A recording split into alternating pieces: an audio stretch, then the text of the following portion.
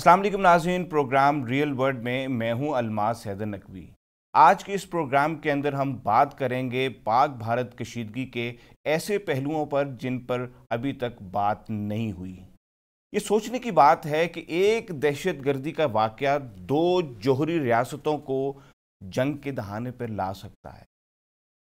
इस कशीदगी ने दोनों मुल्कों की दिफाई सलाहियत और बैनुल अक़वामी सतह के ऊपर सफारती हैसियत का भी तयन किया है।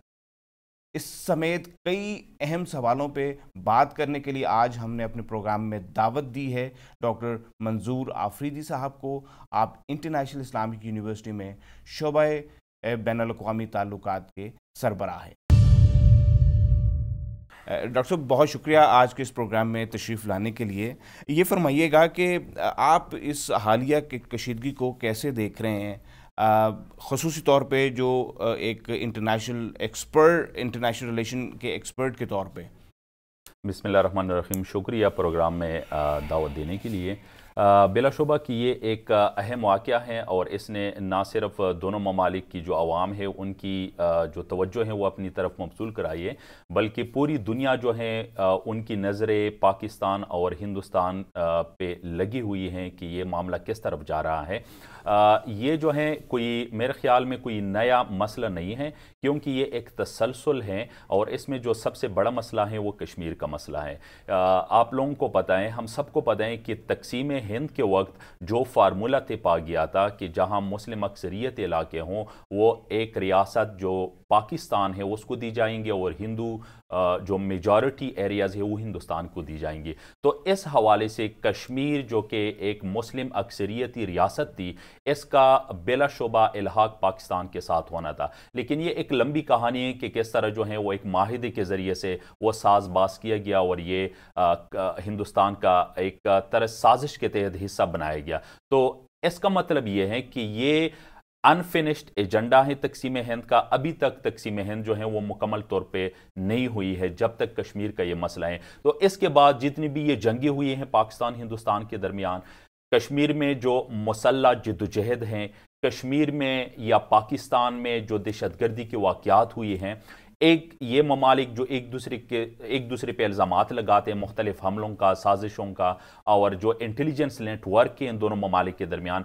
इसके अलावा अभी तक जो सार्क तंजीम है, South Asian Association for Regional Cooperation, जनूबी एशिया के 8 ममालिक के दरमियान अभी तक ये फंक्शनल नहीं है, वो भी मेनली पाकिस्तान और हिंदुस्तान की तनाव की वजह से।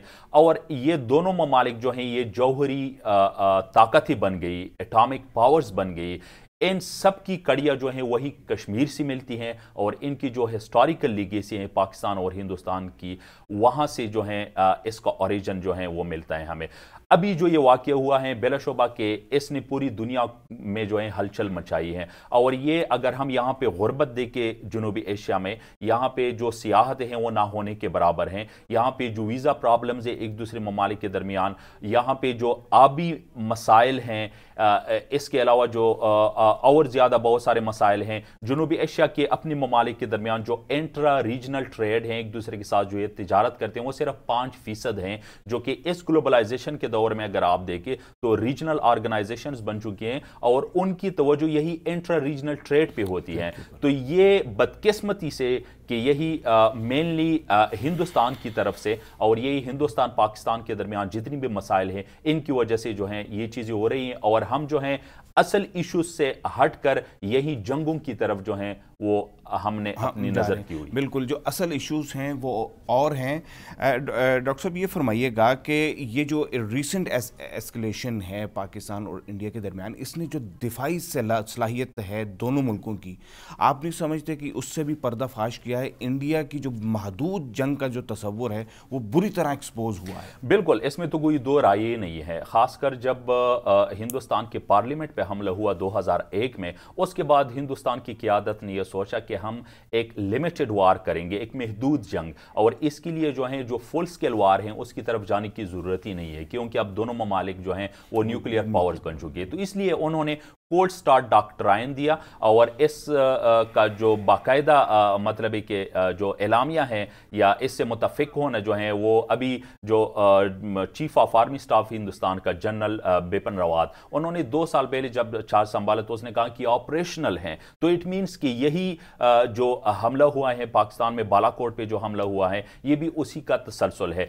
लेकिन ये बुरी तरह आपकी बात कि ये इससे पर्दा छाक हो गया है और पूरी दुनिया को पता चल गया है कि पाकिस्तान ने किस तरह रिटालिएट किया। उन्होंने तो सिर्फ मतलब कि यहाँ पे जहाज आया, सिर्फ 3 मिनट के अंदर जो है वापस चला गया। तो ये पॉसिबल नहीं होता है ऑपरेशनल लेवल पे कि इतनी जल्दी में एक पायलट आके वो फिर जहाज को स्टार्ट करता है, उड़ाता है और उसको डेटर करता है। तो इसलिए 3 मिनट जो है ये बहुत कम टाइम है, इसके लिए कम से कम 10 से 15 मिनट चाहिए। तो 3 मिनट के अंदर आया और फिर वापस चला गया। लेकिन पाकिस्तान ने फिर किस तरह रिटालिएट किया हम सबको पता है कि अगले दिन जो है फिर वही एलओसी को वो दोबारा क्रॉस करने की कोशिश करते हैं। पाकिस्तान जो है वो 2 जहाज गिराते हैं और वहां पे जो मकबूजा कश्मीर के अंदर लोग हैं वो पाकिस्तान जिंदाबाद के नारे लगाते हैं। और फिर एक जो विंग कमांडर है उनका अभिनंदन जो पायलट हैं उसको पकड़ा जाता है। और फिर किस तरह मतलब कि इंटरनेशनल कम्युनिटी की तरफ से भी रिक्वेस्ट किया जाता है पाकिस्तान को कि उसको छोड़ दे, तो पाकिस्तान खैर सगाली के जज्बे के तहत जो है उसको छोड़ जाता है। मैं आपको एक रीसेंट रिपोर्ट बताता हूं जो कि न्यूयॉर्क टाइम्स में पब्लिश हुई है।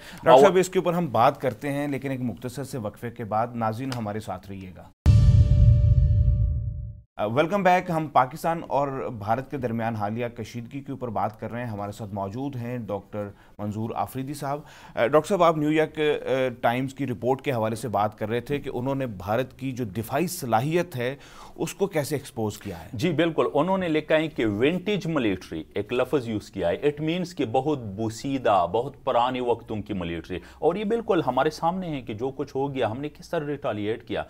पायलट को पकड़ा, उनके 2 जहाज गिराए। अल्हम्दुलिल्लाह पाकिस्तान का इस सच कोई जहाज नहीं गिरा। अभी एलओसी पे आप देखिए, वर्किंग बाउंड्री पे देखिए या जो परमानेंट बाउंड्री पाकिस्तान इंडिया के दरमियान उसको देखे तो बिल्कुल पाकिस्तान जो है वो रेड अलर्ट है और सारी चीज़ें जो है बॉर्डर जो है वो सील किया हुआ है। तो पाकिस्तान किसी भी इस तरह की मिस एडवेंचर को काबू करने के लिए, उसका रिटालिएट करने के लिए बिल्कुल रेडी है, तैयार हैं।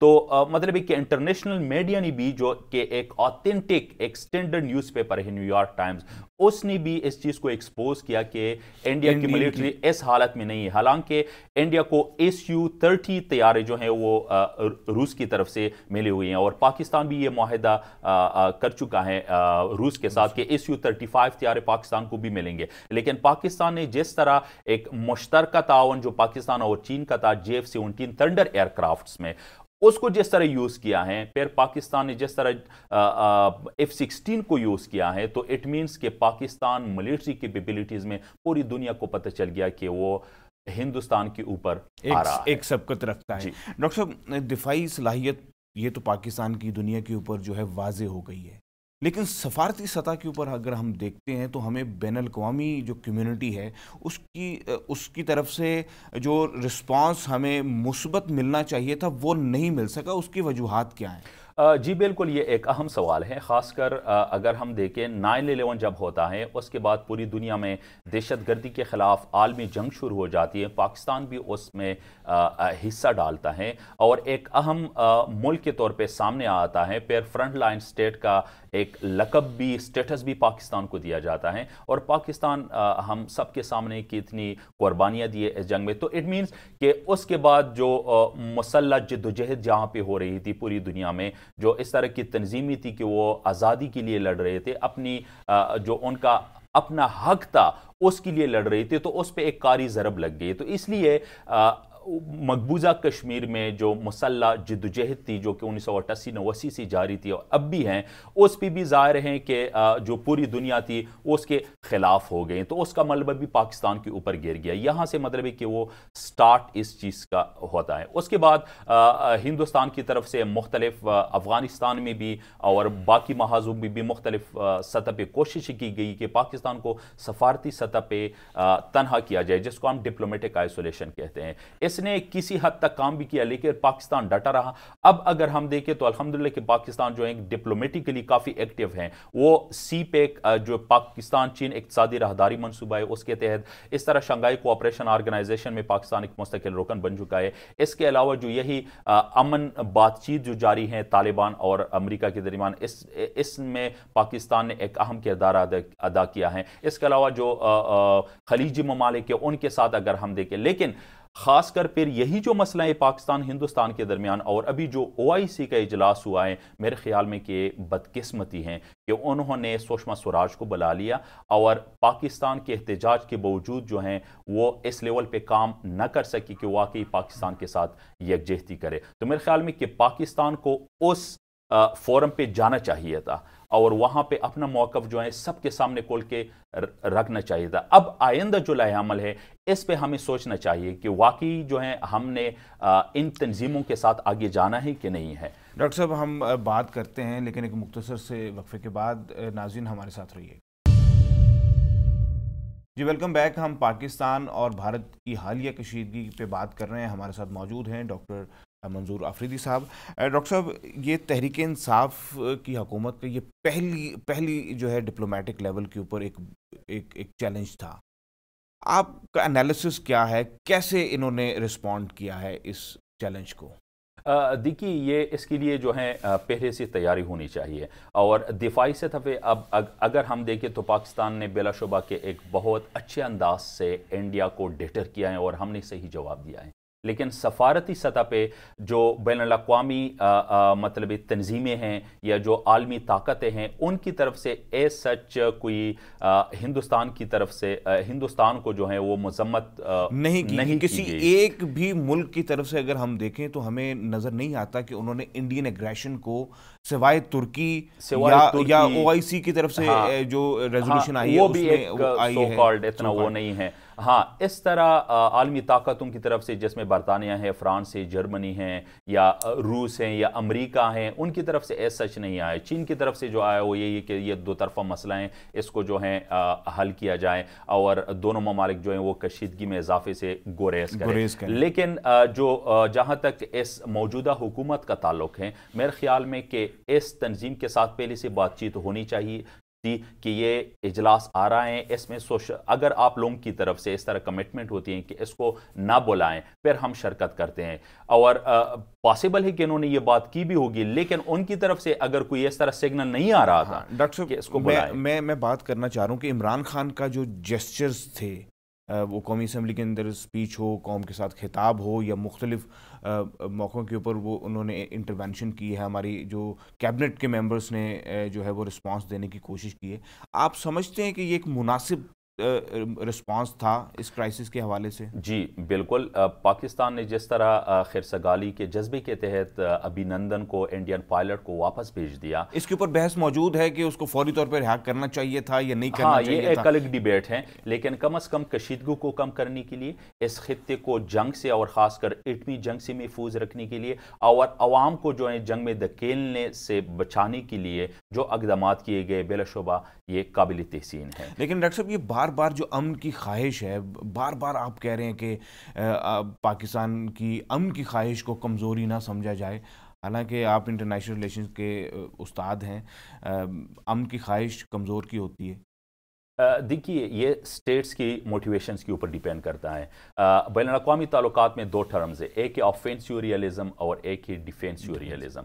تو ہندوستان کی طرف سے ہمیشہ سے یہی آفینسیو ریئلزم یوز کیا گیا لیکن پاکستان جو ہے وہ ڈیفینسیو ریئلزم پہ ہیں کہ منیمم ڈیٹرنس رکھے, دشمن کو نہ آنے دے اور دشمن جس بھی جارحیت کا اظہار کرے یا حملہ کرے اس کو صحیح طرح سے ریسپانڈ کرے اور وہ پاکستان کر رہے ہیں. تو اس سے عالمی سطح پہ پتہ چل جاتا ہے, اقوام متحدہ کے لیول پہ پتہ چل جاتا ہے کہ کس ریاست کی کون سی خواہش ہیں اور وہ آیا امن کو پریفرنس دیتے ہیں یا جنگ کو پریفرنس دیتے ہیں. تو پاکستان اس راستے پہ گامزن ہے کہ پیس جو ہیں یہ پہلی پرائیورٹی ہیں لیکن اس کے ساتھ ساتھ جو اپنی دفاعی صلاحیت ہیں اس کو بھی مضبوط رکھنا ہے. جی ڈاکٹر صاحب, عمران خان نے امن کا پیغام دیا, ابھی نندن کو رہا کیا, آپ نے ذکر کیا اس کا, لیکن بھارتی اگر اسٹیٹ کا رسپانس ہم دیکھیں تو وہ مثبت نہیں تھا. कुछ हलकों की तरफ से उसकी पजीराई हुई?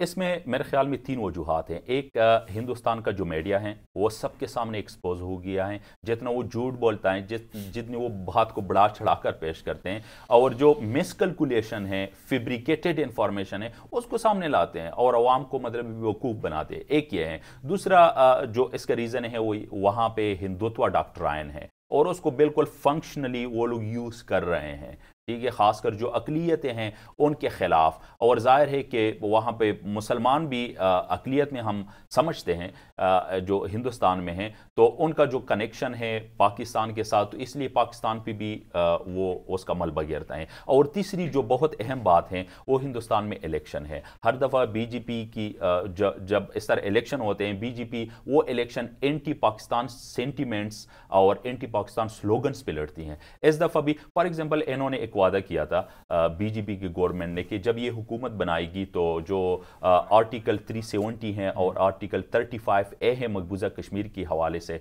जो उनको एक ख़ास स्टेटस दिया गया है मकबूजा कश्मीर की रियासत को, कि ये जो है इसको हम ख़त्म कर देंगे। और एक और जो वादा किया गया था कि राम मंदिर बनाएंगे वही बाबरी मस्जिद की जगह पे। अभी ये केस जो आर्टिकल्स का मैंने जिक्र किया, ये इंडिया की सुप्रीम कोर्ट में इसकी हेयरिंग हो रही है, लेकिन अभी तक ये जो इनके वादे थे, इन 2 वादों को वो निभा नहीं सके हैं। तो इट मीन्स कि वो अवाम की सतह पे वो अपनी मकबूलियत खो चुके हैं। अब फिर से इस तरह जो कशीदगी है उसको बढ़ाएं ताकि अवाम को अपने साथ में लाए और वोट हासिल करें। जी डॉक्टर साहब, इंडिया इजराइल नेक्सस भी इस कशीदगी के अंदर सामने आया है। एक खबर के मुताबिक दोनों मिल के पाकिस्तान के ऊपर मुख्तलिफ जगहों के ऊपर 6, वज़ीर ख़ारजा ने कहा कि 6 पॉइंट्स के ऊपर जो है वो अटैक करना चाह रहे थे।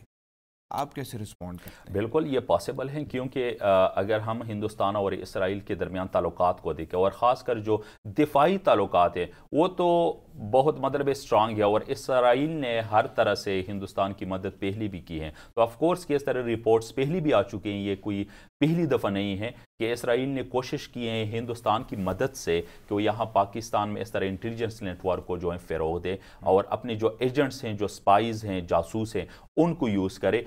अब भी ये पॉसिबल था कि बिल्कुल इन 6 मकामात पे हमले होते, और इनका जो नेक्सस हैं वो भी अच्छा है कि सबके सामने जो है एक्सपोज हो गया। डॉक्टर साहब, एक तासुर ये है कि पाकिस्तान ने, इमरान खान ने जो पोजीशन ली है, बार बार मुज़ाकरात की जो दावत दी है, इसमें कश्मीर का जो सर फहरिस्त जो एजेंडे पे था वो उस पर कंप्रोमाइज़ किया है। मेरे ख्याल में देखिए 2 अप्रोचेज़ है, एक फंक्शनलिस्ट अप्रोच और एक new functionalist approach. Functionalist approach में जब रियासतों के दरमियान बात होती है तो वहाँ बात दिफाई और सियासी मसलों से शुरू होती है, और जो न्यू फंक्शनलिस्ट अप्रोच है वहाँ पे जब 2 रियासतें बात करती हैं आपस में, तो वहाँ पे बात वो सकाफत से, तिजारत से, आवाम के दरमियान राब्ते से शुरू होती हैं। तो पॉसिबल है कि ये मौजूदा हुकूमत जो है वो न्यू फंक्शनलिस्ट पे गामजन हो के फिर वही कश्मीर के मसले पे आ जाए। लेकिन ऑफ कोर्स कि पाकिस्तान कश्मीर के मसले को कभी भी इग्नोर नहीं कर सकता, क्योंकि हिंदुस्तान पाकिस्तान के दरमियान जो सबसे बड़ा मसला है वो यही कश्मीर का मसला है। डॉक्टर साहब, बहुत शुक्रिया आज के इस प्रोग्राम में तशरीफ़ लाने के लिए। जी नाज़रीन, मसला कश्मीर का हो या दहशत गर्दी का, ये बग़ैर मुज़ाकरात के किसी हल पे नहीं पहुंच सकते। दोनों रियासतों को चाहिए कि वो मुज़ाकरात का रास्ता इख्तियार करें। द रियल वर्ल्ड से अभी तक इतना ही। मिलते हैं अगले प्रोग्राम में नए मौज़ूआत के साथ। अल्लाह निगहबान।